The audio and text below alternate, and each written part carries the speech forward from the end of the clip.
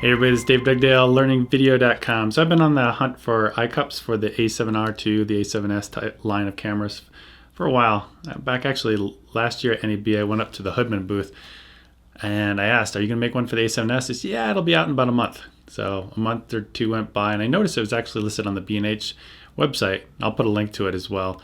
But it never showed up. So a few months later, I just called them up, said, are you going to make one? And they're like, yeah, in about another month. A few months go by again, same thing. I called them up and said, is it going to be another month? And they're like, yeah, another month. And I'm like, all right, it's been almost a year and it hasn't come out yet. So I just gave up basically. So I've got two here that I found that do fit, and they do fit quite well. I mean, they fit both cameras. I've had any problems of them actually physically not clipping into place correctly. It has a nice solid fit to it, and it doesn't come off type of thing. The first one to talk about, this one I've had for a month or so. I got it from a eBay person. His name is Cengel, Cengell, I believe. I'll put a link down below. This one cost about $25. It's pretty well made, I gotta admit. It the hood doesn't come off, clips into place nice, doesn't fall off. I do most of my stuff in my left eye. This probably looks really weird. Yeah, it does. I'm a pirate. But you can also flip it around there, matey, and go the other way like this. And so it's very easy to reverse them. All right, so this one is a lot larger. And this one is made by Miller and Schneider. This one's more expensive. It comes in around $35, so about $10 more.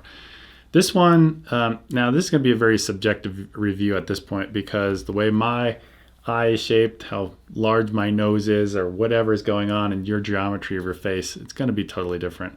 And I live in Colorado, and when it snows and there's snow on the ground and the sun's shining and that light comes up, without an eyepiece, with this little dinky eyepiece that it comes with, I pretty much have to cup the camera when I'm holding it because I have to block all that light. Well, this one, which is much larger, fits my eye pretty well and seals pretty well. There's a little bit right here and a little bit right here that, unless you push really hard, you can block all light. So this one blocks more light than this one, because when I put this one on, I really have to press it up hard against my eyebrow. And about after, I'd say 5-10 minutes of use of following skiers or doing whatever I'm doing outside, it really starts to hurt my eyebrow. So I gotta say, after using this one, I'm not sold on this one. This one definitely is much more comfortable. But the downside of this one, if I go ahead and put this one on, is you really can't leave it on all the time, because when you're going like this, you can't see the screen because it's blocking. It's so big, it's blocking basically the screen. Obviously, you can pull the screen out like this, pull it out like that, so now you can see the screen better. But what I found is, if I'm doing stuff indoors, I just take this off. It only takes like a second to do, and then I'll put on the one that came with the Sony camera. That works well. So 35, 25, and again, this is very subjective. For my face, this one works better. Now, the downside with this one is, if I put it on, and this is kind of one of the things, kind of the most pain in the butt about it, is I put this in my case and I put the camera case lid over. This is what happens.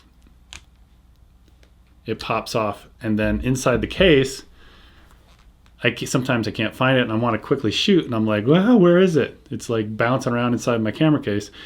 But on the flip side of that, I notice it's kind of it'll go back on fairly quickly. All right, here's a test. How fast can Dave do this on camera while everybody's watching? Actually, it wasn't too bad.